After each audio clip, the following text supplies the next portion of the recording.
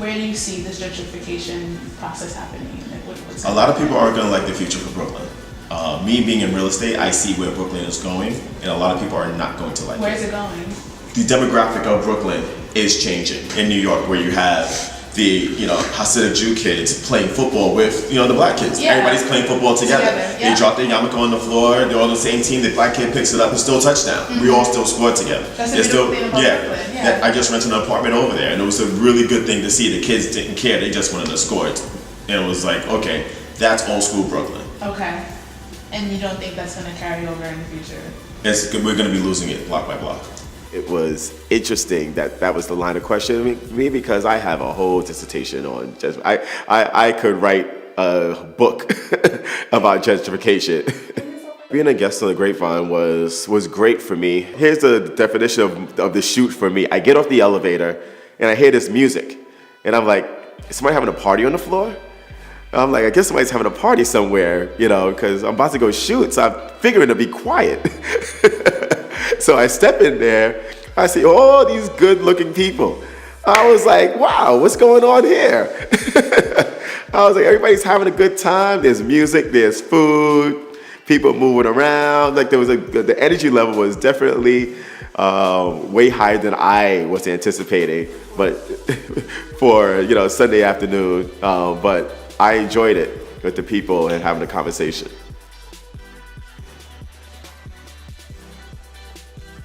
So what happened with the location? Are we confirmed? Yes and no. I had to think fast. When my team and I, we got to Brooklyn, and I'm used to Brooklyn just being really, you can shoot anywhere. You step outside like, oh, there's a brickstone there. You can do something out there on those porch steps or whatever. So my team and I were very, very surprised to come to Brooklyn, and it was clean. I mean, it's great. There's nothing wrong with it being clean, but we wanted the murals, we wanted the graffiti walls, and we didn't see that in that area. So I wasn't disappointed. I was already with a creative mind, the designer herself. She already had like a network of people that she spoke to, and we were able to find a spot for her to shoot.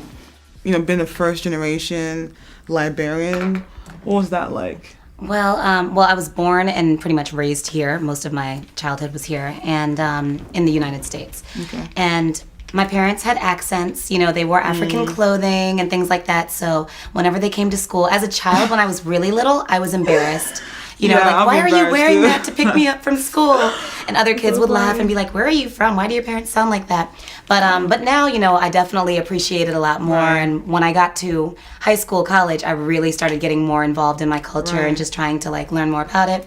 But, I grew up eating all of the food and wearing African clothing to events. But definitely when you're little and, kids are so judgmental. They are. And so, kids would come over to visit and they'd be like, why does your house smell like that? And just things like that, Boy. Slight cultural differences. But my parents were very adamant about us not having accents, speaking proper English. Really? Yeah, because for them, I guess, coming to America, they felt like it was a challenge having an accent and trying to get by with one. And so for us, they were very strict about the English, how our grammar and English and everything was.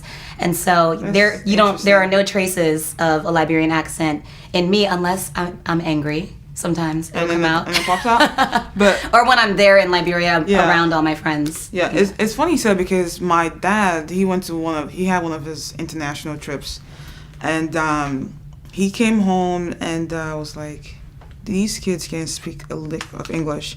Mind you, my father's a made man. He didn't go to school, but somehow he was able to get a loan from the bank and travel God knows how many countries, and he has his own travel agency back home.